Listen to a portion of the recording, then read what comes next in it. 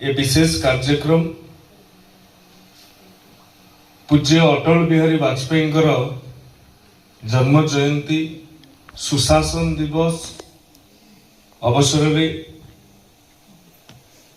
अटल बिहारी वाजपेयी भारत रत्न पूर्वतन प्रधानमंत्री देश सेवा देश पई त्याग तितिक्षा बलिदान ये सबुर जड़े जड़े मूर्तिमंत प्रतीक किंतु तांकर सारस्वत चेतना भी आम समस्त को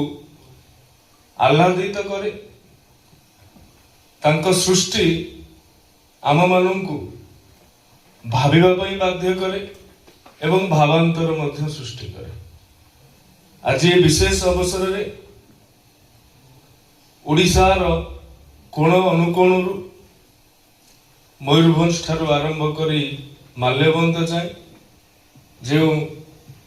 कवि बंधु माने एठारे उपस्थित अछंती मु सेमानंकु सर्वप्रथमे कृतज्ञता ज्ञापन करी धन्यवाद जणैबी एवं मंच रे आम मानकर प्रेरणार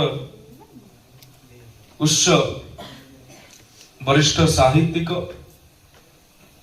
स्तंभकार कवि साहित्य साधक हरप्रसाद दास महोदय आम विभाग कर्मठ सचिव डॉक्टर विजय केतन उपाध्याय महोदय एवं ओडिशा साहित्य एकाडेमी को चलचंचल करिथिबा सचिव डॉक्टर चंद्रशेखर होता महाशय मंच सम्मुख रे